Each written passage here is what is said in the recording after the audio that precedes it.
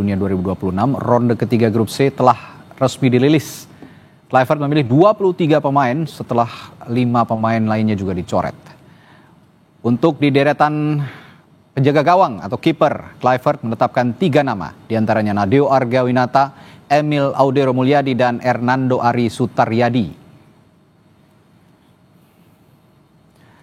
Selanjutnya di posisi bek timnas ada 4 nama yang dipilih, diantaranya ada Justin Hubner, Jai Itses, Rizky Ridho, dan Meis Hilgers.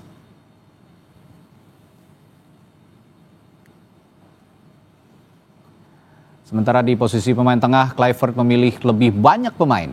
Ada nama Yakob Sayuri, Kevin Dix, Yance Sayuri, Calvin Verdong, Nathan Choaon, Ricky Kambuaya. Ada pula Tom Haye, Joey Pelupesi, Ivar Jenner, dan Dean James. Sementara di lini depan, Kluivert juga punya lumayan banyak pilihan. Ada nama Egy Maulana Fikri, Stefano Lillipali yang juga bisa didorong ke depan. Beckham Putra yang juga bisa menggantikan sepertinya peran Marcelino Ferdinand yang absen malam hari ini. Lalu Ole Romeni dan juga Rafael Struijk.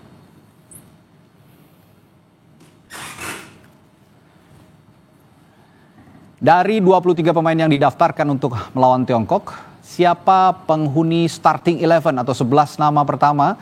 Berikut prediksi kami. Di posisi penjaga gawang, sepertinya akan diisi oleh Emil Audero, kemungkinan akan menjalani debutnya malam hari ini. Lalu ada trio benteng pertahanan timnas yang akan diisi Rizky Ridho, sepertinya Jai Itses dan juga Meis Hilgers. Di tengah ada duet Joey Pelupesi dan Tom Haye, akan menjadi metronom di lini tengah. Dan di sisi kanan dan kiri ada Kevin Dix dan Calvin Verdong.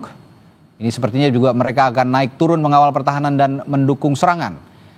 Dan sementara di lini depan ada trio Egy Maulana Fikri, Ole Romeni, dan Stefano Lillipali yang sepertinya juga akan menambah daya dobrak penyerang lini depan Indonesia.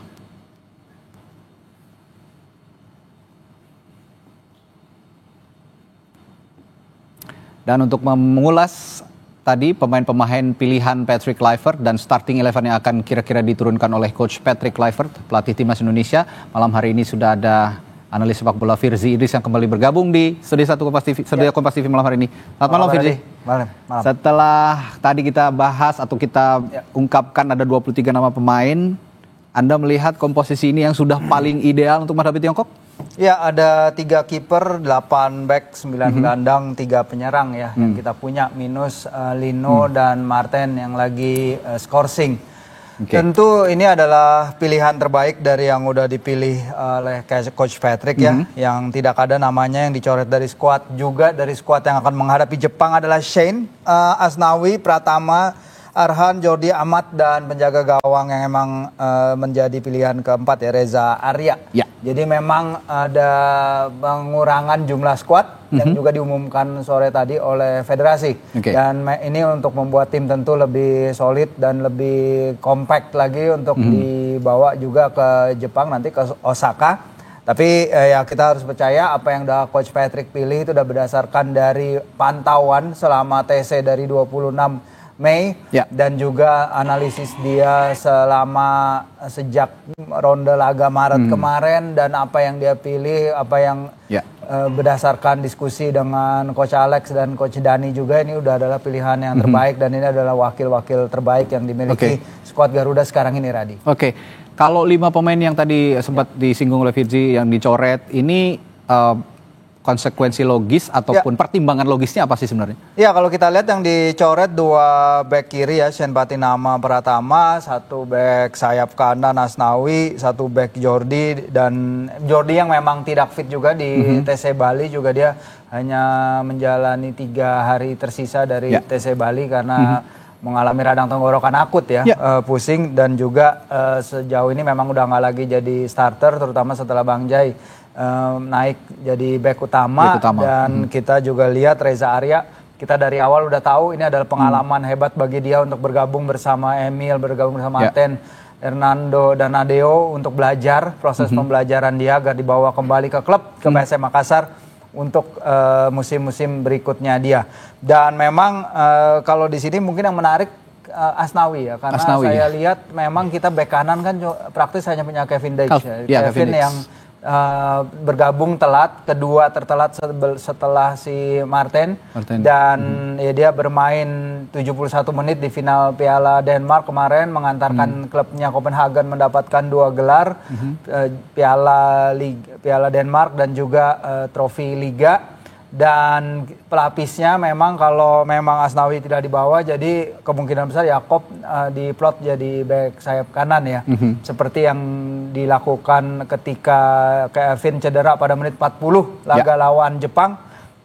Jakob akan masuk ke sisi situ karena Jakob juga bisa bermain lebih posisi ke depan. Tapi kalau memang Asnawi tidak dibawa dan tidak ada Eli dan tidak ada Sandy, jadinya memang ini adalah indikasi bahwa Jakob Sayuri akan lebih digunakan sebagai back sayap kanan. Oke. Saya tertarik dengan Shane Patinama yang sebenarnya jadi langganan dipanggil sebelum-sebelumnya, apalagi pada saat era Coach Shin Tae-yong. Apa pertimbangan Patrick Kluivert untuk mencoret nama Shane kali ini? Ya kita tahu ya, mungkin ada berhubungan apa tidak, tapi kita tahu Shane bukan berkontribusi tapi ada tanggung jawabnya ya terhadap gol China di Qingdao ketika dia berusaha menghalau bola itu yang kemarin kita lihat juga di di Videotron. Dan bagaimana ketika itu memang Shane terlihat tidak siap dan salah mengantisipasi bola ketika mau keluar, dan itu akhirnya berakibat fatal. Tapi memang kiri kita setelah kedatangan Dean James yang juga seorang pemenang ya, dia berhasil membawa Go Ahead Eagles menjadi juara Piala KNVB untuk pertama kalinya sepanjang sejarah. Dan dia dicoba ketika menghadapi Australia, dia juga bermain memberikan width itu. Dan mungkin di antara dua itu dengan Kelvin tentu saja ada di posisi tersebut. Mungkin Coach Patrick melihat bahwa pilihan terbaik untuk sekarang lebih ada di Verdong dan juga Dean James ketimbang di Shane ya. Oke. Sebelum kita bahas starting 11, Virgi, nanti kita akan bahas starting 11, 11 pemain yang akan turun di babak pertama langsung melawan Tiongkok di Stadion Utama Gelora Bung Karno pada pukul 20.45 nanti kick off-nya. Kita akan pantau dulu kondisi paling akhir di